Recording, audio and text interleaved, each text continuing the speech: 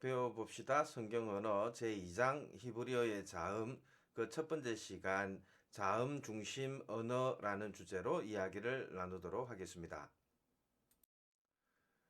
히브리어의 가장 큰 특징 한 가지를 이야기하자면 자음만 사용한다는 것입니다. 표기 때 자음만 사용하고 또 언어 자체가 자음을 중심으로 이루어졌다는 것, 이것이 히브리어의 특징입니다. 이것은 고대에도 그랬고 오늘날도 마찬가지입니다. 오늘날도 이스라엘 사람들은 자음만 표기하거든요. 이것은 셈조어가 전반적으로 그런 특징을 가지고 있는 것 같습니다.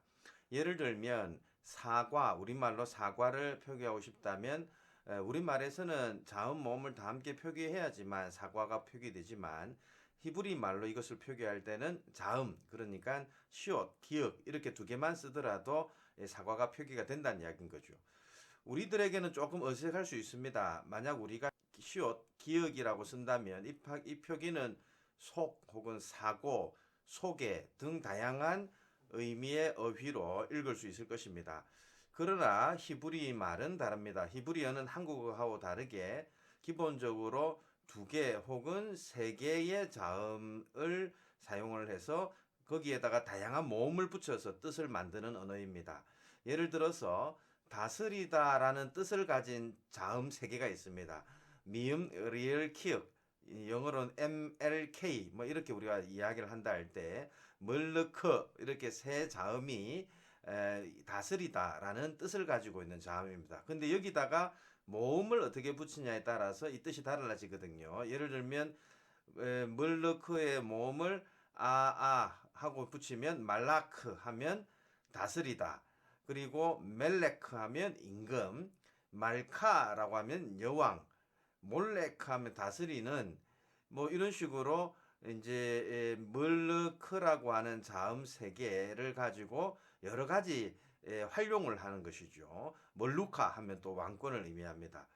자음이라고 하는 것은 단어의 기본 의미를 제공하고 모음이라고 하는 것은 그 의미의 그 단어의 그 활용 의미를 제공하는 방식입니다.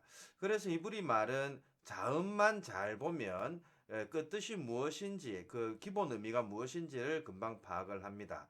그리고 모음이 가져다주는 활용 의미는 문맥을 통해서 충분히 파악할 수 있기 때문에 자음만 적더라도 이스라엘 사람들이 히브리 사람들이 그 단어를 읽는 것에는 크게 어려움이 없습니다. 이러한 특징 때문에 히브리어는 외래어를 표기할 때도 자음만 떼서 표기를 하고 그것을 활용해서 히브리 문법에 맞추어서 또 동사로도 사용을 할 수 있습니다. 이제 이런 특징은 히브리어뿐만 아니라 아랍어 등 모든 셈족어에 공통된 것인데요. 예를 들면 커피, 콜라 이런 단어를 쓸 때 히브리식 표기는 그 자음만 떼서 표기를 합니다.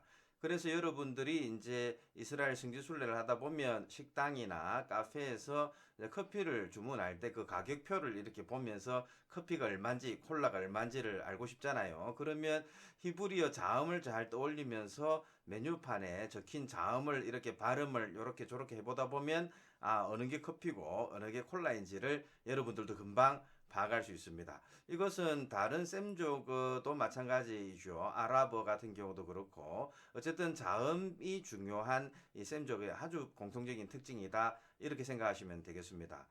셈조고의 또 다른 공통된 특징 가운데 하나는 오른쪽에서 왼쪽으로 글을 써 나간다는 것입니다. 그래서 종이에 펜을 들고 오른쪽 면부터 왼쪽으로 써 나가는 것, 이제 나중에 여러분들이 자음 배운 다음에 단어들을 배우기 시작하면 이런 부분들을 금방 또 아실 수 있겠습니다.